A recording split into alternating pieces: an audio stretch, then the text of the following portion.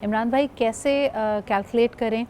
लोगों के पास अपनी रिहाइश का भी मकान होता है, वो गाड़ी भी है जो अपने इस्तेमाल में है, क्या इन तमाम एसेट्स के ऊपर ज़कात होती है? चार चीज़ों पर बुनियादी तौर पे हम ये समझ लें उसूल जी। सॉरी, चार चीज़ों पर ज़कात फ़र्ज़ होती है। सोना, चांदी, माल तिजारत वो किसी भी सूरत में हो, और कैश। जी।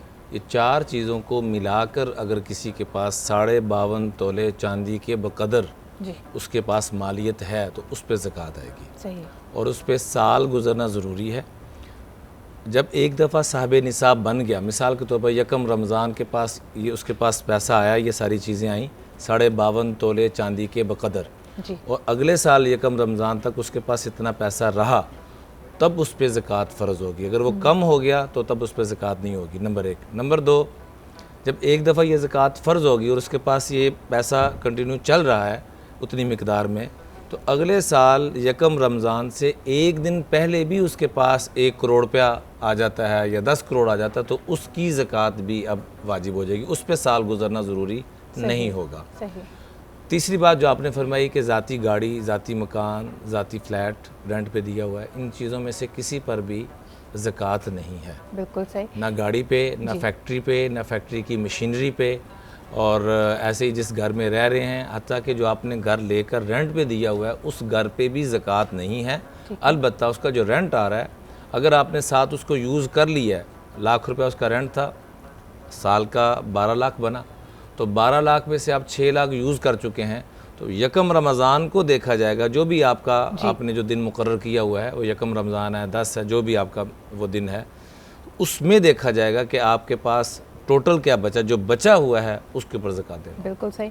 अच्छा इमरान भाई, ये भी वाज़ेह कर दीजिएगा, दो छोटे छोटे लोगों के इसमें सवाल आए हैं। सबसे पहले तो ये कि घर में ख़वातीन के पास अगर सोने की ज्वेलरी मौजूद है, आपने सोने का यहाँ पे ज़िक्र किया, अब वो जमा पूंजी है, इसके अलावा बहुत ज़्यादा कैश नहीं है, उस सोने के ऊपर जो ज़कात आपके ऊपर वाजिब है, फ़र्ज़ है, उसके लिए क्या उसमें से किसी चीज़ को बेच कर उतनी रकम अदा कर दी जाए?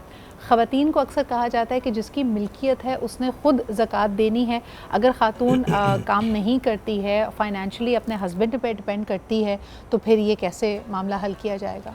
जी, जैसे फ़र्ज़ नमाज हर एक के अपने ज़िम्मे है, जी। इसी तरह ज़कात का अदा करना भी हर एक के अपने अपने ज़िम्मे है। ओके। अलबत्ता ख़ामिंद उसकी तरफ से अदा कर दे तो उसकी शफ़क़त होगी, उसका एहसान होगा, उसके ज़िम्मे नहीं है।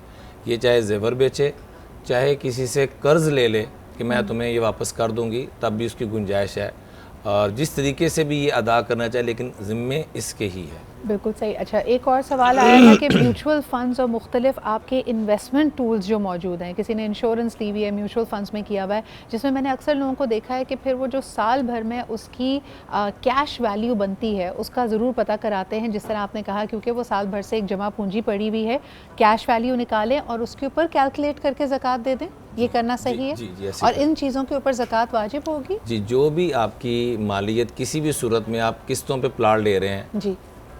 वो जितना पैसा आपका जा चुका है उस पे आप ज़कात अदा कर दें, एक सूरत तो ये है। दूसरा ये कि जब आपका किस्तों वाला प्लाट की रकम पूरी हो जाए, मिसाल के तौर पर 3 साल की उसमें किस्तें चल रही हैं, तो 3 साल के जब आपका कब्ज़ा हो जाए तो उस वक्त उसको उसकी ज़कात अदा बिल्कुल कर सही है। दीजिए। अच्छा, एक आखिरी सवाल, अगर आप इनहेरिट करते हैं कोई भी मिल्कियत, यानी अगर आपको अपने फादर की तरफ से, ग्रैंडफादर की तरफ से कोई विरासत में कुछ भी मिला है, चाहे वो सोना हो, चाहे वो कोई एसेट हो, आपको नहीं पता कि इससे पहले इसकी ज़कात अदा की गई है या नहीं गई है, अब आपकी मिल्कियत में आया है, तो हम उसकी ज़कात कैसे अदा करेंगे? वो फार्मूला वही आएगा कि यकम रमज़ान, मिसाल के तौर पर आप साहिब निसाब बनी थी, तो यकम रमज़ान को ही उससे पहले देखा जाएगा, आपके पास एक दिन पहले है, तो वो आपकी मिल्कियत में जब आ गया तो आप उसका अदा करेंगे। पिछलों ने अगर नहीं अदा किया तो वो उनका मामला रब के साथ है, आपके ज़िम्मे नहीं है। तो इससे ज़कात से रिलेटेड जितने सवाल आते हैं हमने उनको हल करने की कोशिश की।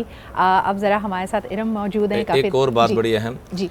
उमूमन इस इंतज़ार में रहते हैं कि जब यकम रमज़ान का मामला आएगा तो तब ही हम सदका खैरात निकालेंगे, जबकि को मुलाजिम या पड़ोस में या दाएं बाएं ऐसे अहवाल पैदा हो जाते हैं कि लोग मर रहे हैं, और ये सवाब के चक्करों में कि भाई रमज़ान में 70 गुना का मामला, अल्लाह का वास्ता ऐसे मत करें।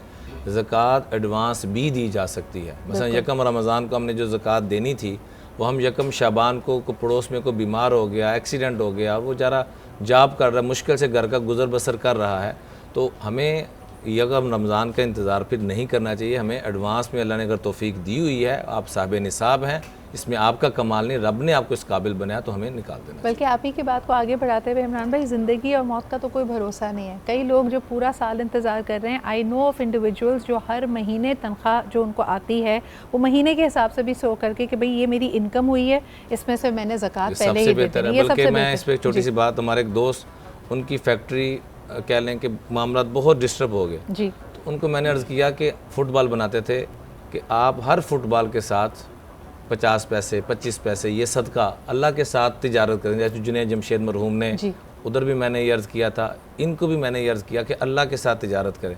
यकीन करें, जब से वो मामला किया, चौथी मरतबा वर्ल्ड कप में वो फुटबॉल खेला जा रहा है उनकी फैक्ट्री का। क्या बात है, सदर ट्रम्प तक ने वो फुटबॉल पकड़ के वीडियो वायरल हुई कि ये सियालकोट नहीं बल्कि पाकिस्तान के लिए फ़ख्र की बात है कि चौथी मरतबा वर्ल्ड कप में उसी फैक्ट्री का, वर्ल्ड कप में फॉरवर्ड स्पोर्ट्स उसका नाम है, तो उन्होंने अल्लाह के साथ तिजारत की। तो हमें भी खाली ज़कात में नहीं रहना चाहिए, सदक़े में भी रहना चाहिए कि अपनी जो भी तिजारत हो। और तीसरी बात कि हमें सादात ख़ानदान के लिए अपने ज़ाती जेब में से, क्योंकि वहाँ सदका और ज़कात नहीं लगती, उनको ढूंढ कर हमें अपने नवाले निकाल कर पेश करने चाहिए। क्या बात है, सुभान अल्लाह।